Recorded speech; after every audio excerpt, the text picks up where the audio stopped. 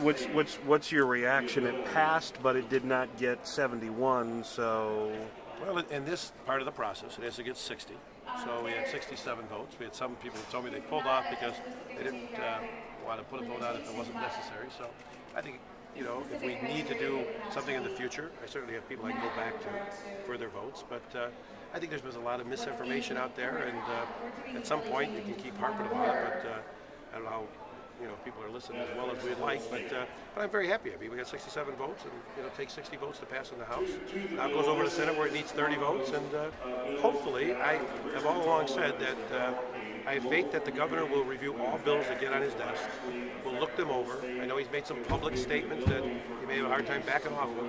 But I think when he looks at this, when he looks for other, bills that are going to promote our state, bring jobs to our state, make our state more attractive to businesses to relocate, I think he'll look it over and maybe he'll change his ways. So I'm going to certainly work on him. 1 second. 67 were on. I don't know how many pulled off. Well, how many people have come up and told you that?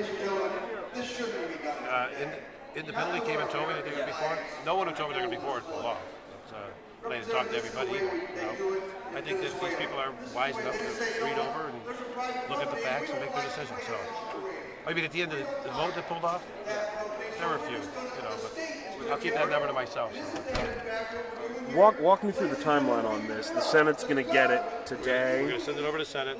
They pass it out today, hopefully tomorrow. Make a motion to concur with the first 3 amendments, and then hopefully go to committee and then bring it back to the floor for concurrence. When does the governor get it? If he vetoes it, when will? Well, the governor doesn't get it.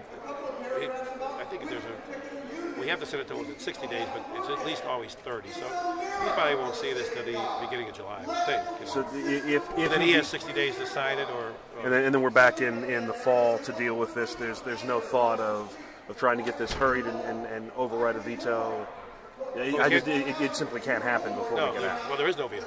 So, until a veto happens, we can't do anything about that. And, like I said before, 60 votes were needed to send it to the Senate. We received 67 that I'm grateful for. And we'll see what happens over there. Do you expect a veto? Are you planning at this point? Or are you just cautiously hoping?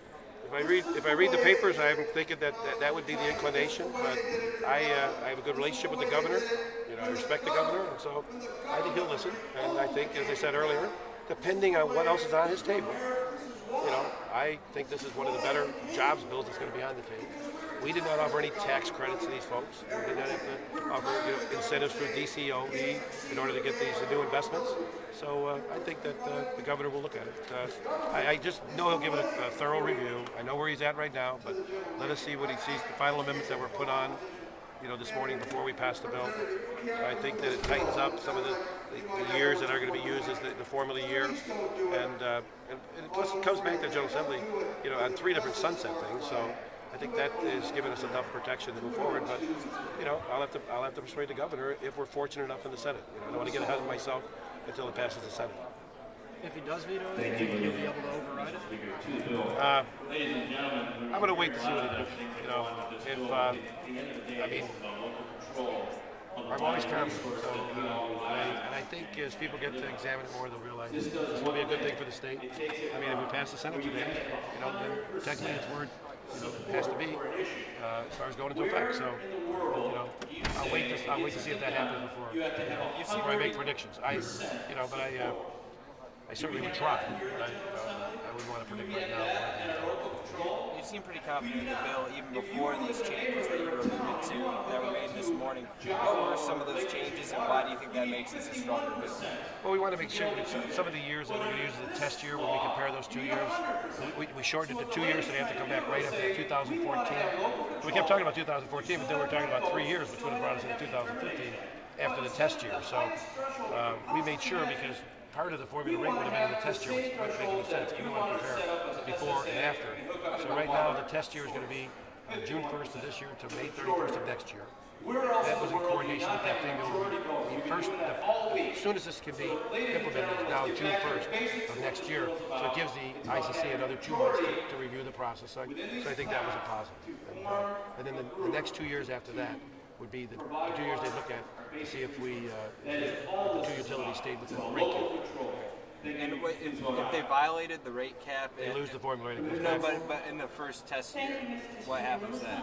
The rate cap, the report on the rate cap is due at the end of the second year. Oh, okay. So it doesn't. In 2 years, yeah, but I mean, they have great incentive to make sure they stay within the cap, and so I think they'll do that. I think there's a chance we can see a reduction, and I think when these, the first couple of years, a lot of these improvements aren't going to be there yet, because it's a 10-year plan, So, but when we start seeing the improvements, as Amron's already predicted that it'll be more than a $40 improvement to every resident, and the cost will be $34. So. I think that's a benefit. So I think when people start looking at the numbers closely, there's been a lot of talk about this $34, and I talked with Craig Nelson from Amron, and the way he explained it was that it's $340 a month for the first year, and then the second year it becomes $680, and that's how it sort of increases till you get to that. That's an annual cost. It's not a monthly cost, and the people who put out that knew exactly what it said. And they knew that they were wrong on that. But there's been misinformation on this since day one. We made it very clear we're going to go to pre-approval. So people choose the way that they want to present themselves. And I think that was, just terrible that they did that. Because I believe, if they didn't know, they should have known.